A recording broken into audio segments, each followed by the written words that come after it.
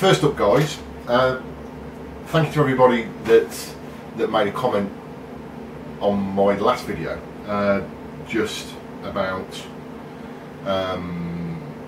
sort of where I go as regards to some of the future videos I do on retro stuff and what you guys want me to do some videos on. I gave you a few ideas and I had some comments back, so I really appreciate those comments.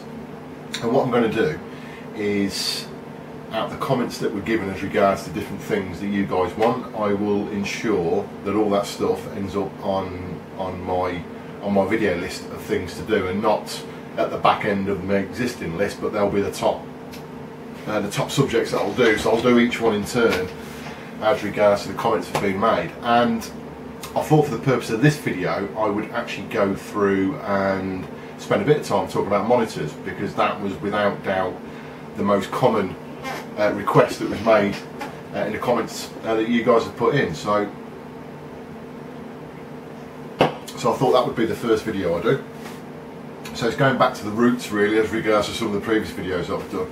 So the first sort of subject matter will be scan rates.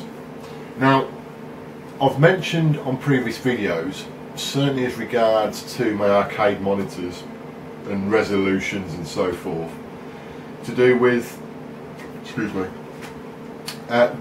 various scan rates. I have mentioned, I think, a few times regarding the arcade monitors that I've got, and two of the arcade monitors I've got, CRT monitors, known as tri-sync monitors, which means that they are capable of displaying three different sync types. Now these are sync types related to the scan rate, so that's specifically what I'm going on about, and I'll explain what a scan rate is.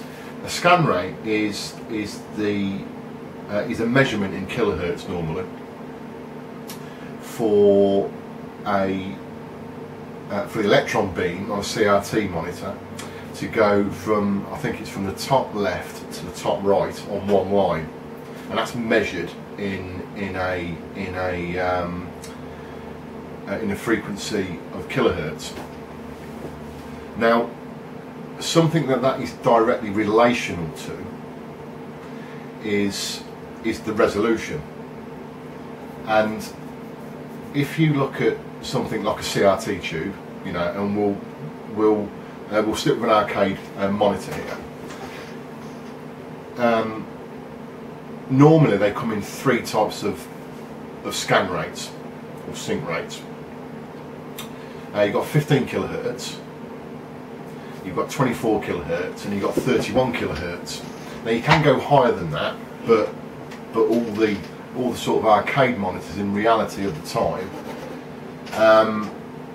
didn't have anything higher than 31 kilohertz, and in fact 31 kilohertz didn't come on until later in the life, because that was actually, that's a VGA scan rate, and of course that came on with PCs and so forth. So just to give you some idea, and this can get really confusing, and I'm going to try and not confuse you, because I've confused myself at times, but if I just give you some examples of resolution, so you can sort of relate a scan rate to a resolution, which may make it easier for you to sort of understand what they are and what they do, and etc. But a 15 kilohertz scan rate, which is a scan rate that a normal CRT TV would be compatible with, and normally goes up to around a maximum resolution of 384 by 224-ish. So that's a 15 kilohertz compatible screen, and we'll be able to display that kind of image. Now, I suppose if I say to you everything that was, now you look at your retro consoles for instance, anything retro based console wise is 15 kilohertz, i.e. it can be used on a TV, on a normal TV, a normal CRT TV. So yeah, so any of your retro consoles are 15 kilohertz. Now you're probably thinking, well, hold on a minute, there's games that I know for for the PlayStation 2 for instance, or Saturn, Xbox, that are actually higher resolution than what you've just said to me. And just bear with me for the moment, and just bear with me because I'll come on to that in a minute, and that's where it gets a bit more complicated. But 31 kilohertz is your natural VGA scan rate. It's a 640 by 480. 24 kilohertz is a middle resolution between 15 and 31 kilohertz. I can't think for the life of me off the top of my head what the maximum resolution of 24 kilohertz is, but there are various arcade games, arcade PCBs that are 24 kilohertz. So of course in those arcade cabs they've got to have a CRT monitor that can actually display 24 kilohertz scan rate and the appropriate resolution to that scan rate. It's quite often that you get a mix and match really. You can get single sync monitors, CRT monitors, and they're normally 15 or 31 kilohertz, and you don't normally get 24 kilohertz on its own. But another type you can get is dual sync, and they're normally 15 and 24 kilohertz. And you get tri-sync, which is 15, 24 and 31. You can actually get quad sync as well, which goes up to 800 by 600 I think as the next resolution, and of course that's a higher scan rate. I can't think off the top of my head what that is. 50, I think it's 55 kilohertz, I could be wrong now. I think it's 55 kilohertz as a scan rate. Now, I suppose just coming back to the previous point I made when I turned around and said, someone might think, well hold on, there are sort of these high-res games that were brought out for the PlayStation 2, certainly. Yes, you're absolutely right. You can actually display a higher resolution at 15 kilohertz. You can do that, but it won't be a progressive signal. And again, just to recap, based on what I've said before, a progressive signal is when you display all the lines of the image in one go, in one frame, in one video frame, sorry, the whole lot in one go. Now obviously based on your scan rate, you are limited to the number of lines that you can show at any one time in progressive mode, and that's what progressive mode is. What consoles do, like PlayStation 2, is that to get a high resolution they have to do an interlaced image, which they show the alternate lines. And I've been into this before, but basically, effectively, your naked eye thinks you actually see more video information on the screen at any one time, but you're not, because it's an alternating field of information very, very quickly, and this is why you get the slight flicker. But it does look like you get a high resolution, and in effect you're not. And you're not getting a high resolution, but it's the way that the image is actually built up on the screen. Now obviously don't forget at 15 kilohertz natively you only display 240 lines of information, progressive, hence why you get scan lines. Interlaced, you can display up to 480 lines, but of course you get that flicker, but it does look like you get a higher resolution image because of that, but it's not true high resolution. But as regards to scan rates, they're normally sort of known as low res, medium res, and high res. Now, as I'm sure you appreciate, 640 by 480 resolution isn't high res. I mean, it's not high res.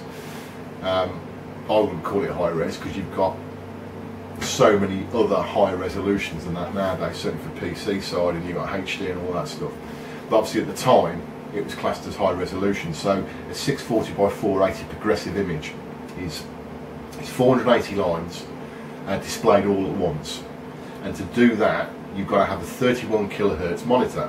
Slightly moving on from that, this is one of the reasons why you can buy things like line doublers, because because effectively what a line doubler does, what a line doubler does is that it will take a 15 kilohertz signal, it can take a 15 kilohertz signal, and let's just say for argument's sake it's 320 by 240 as the resolution, so that's exactly half of 640 by 480, which is high res.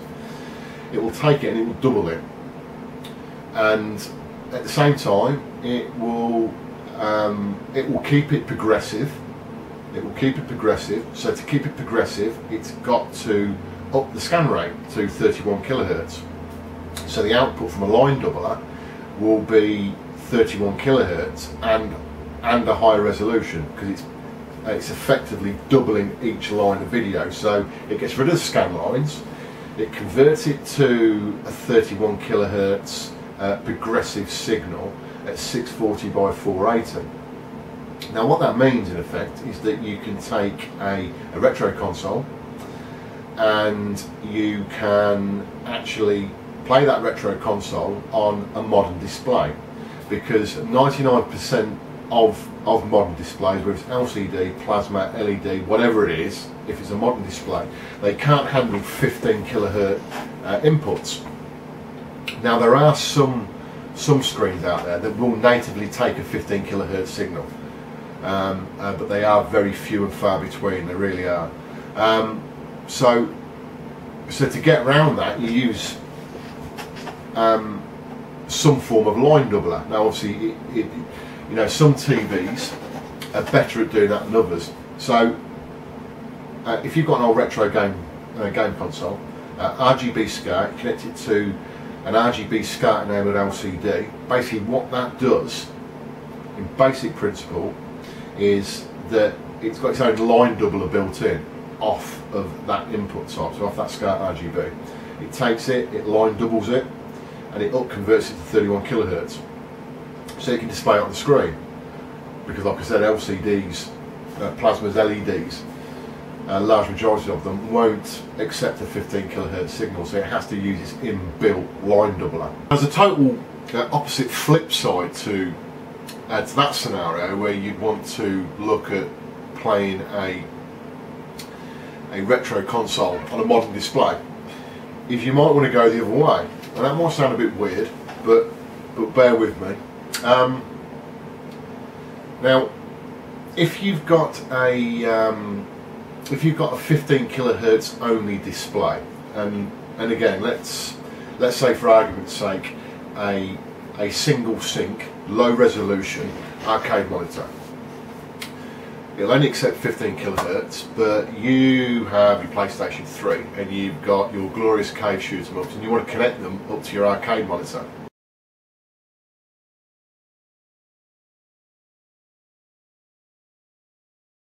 Arcade monitor is 15 kilohertz only in this example, but your Xbox 360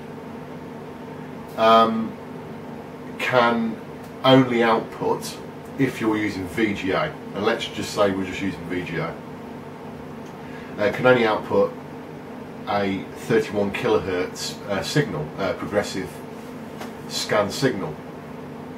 Yeah, I know you can use SCART, but let's forget about that for the moment. So is it actually possible to down convert a high-res image, 640 480, down to a compatible 15 kilohertz image? Yes, it is. You can get something called a scan converter, but effectively what it can do, what a scan converter can do, is in this scenario, is it could take a 640 by 480 high resolution progressive image, 31 kilohertz. It can halve the sync rate on it down to 15 kilohertz, and it can also halve the amount of video information, still progressive. So it would effectively make a 640 by 480 video image into a 320 by 240 image, which is a low resolution image. It will be progressive scan, so it will actually insert scan lines effectively. So on a CRT, now this is only for a CRT, and you'd only get this on the CRT. But on a CRT monitor, you could effectively have a Xbox 360 game running on an arcade monitor, on a low-res arcade monitor with scan lines, which would look absolutely awesome. And there's other various ways you can actually do that to get around that without doing what I've just said, but it is possible to do that. So you can downscale the scan rate, and you can, you know, to get modern resolutions to work on older equipment. So there's two sort of sides to that coin there as regards to what you can do with scan rates. So let's try and sum this up and just give you some things about what you can and what you can't do, because it's all very good, you know, it all sounds interesting, all this stuff, but what does it actually mean for you guys? You know, what are you interested in? Okay, modern displays are normally a minimum of 31 kilohertz. So so depending on what you're connecting to it, as regards to how you connect it to the device that you've got, you will normally, if you stick it to a normal TV, you're going to suffer image quality, because to get a retro console connected to a modern display, you have to go through some form of scaling or line doubling. You can't get around that at all, unless the display is compatible with 15 kilohertz, which there isn't many of them around that are modern displays that will enable you to do that. So you either stick with using the inbuilt scaler or line doubler in the TV, or you go out and buy another one. And if you're really into your arcade games, you're going to have to go out and buy another one, quite frankly, because the ones built into TVs are pretty gash. So that's that will be the relevance for most people. So you got a Mega Drive, Super Nintendo, you plug it into a modern display, it has to double the scan image up to 31 kilohertz, and it has to line double it, and the quality is not normally that good. So if you're really into your quality of gaming as regards to your video reproduction, you've got to look at something like a line doubler or a scaler to get the best type of image, because of this process of converting from 15 kilohertz to 31 kilohertz, line double the image so it turns into progressive image again. And that's why you lose quality on certain things to do with TVs, because the inbuilt stuff isn't that great at doing that job. If you've got an arcade cabinet, for instance, and you want to connect a 360 up to it, or a PlayStation 3, you want to play some beat 'em ups, or you want to connect a PC to it, you can only do that by feeding that monitor, if it's only a single sync monitor, low resolution monitor, 15 kilohertz, you have to feed it a 15 kilohertz image. So you've got to convert the image from your source. So your high res image, 31 kilohertz, where the device is coming from, has to be downsampled. You have to decrease the scan rate down to 15 kilohertz. You can keep the resolution, but if you keep the resolution at 15 kilohertz, the high resolution, you have to go interlaced, so you'll get flicker.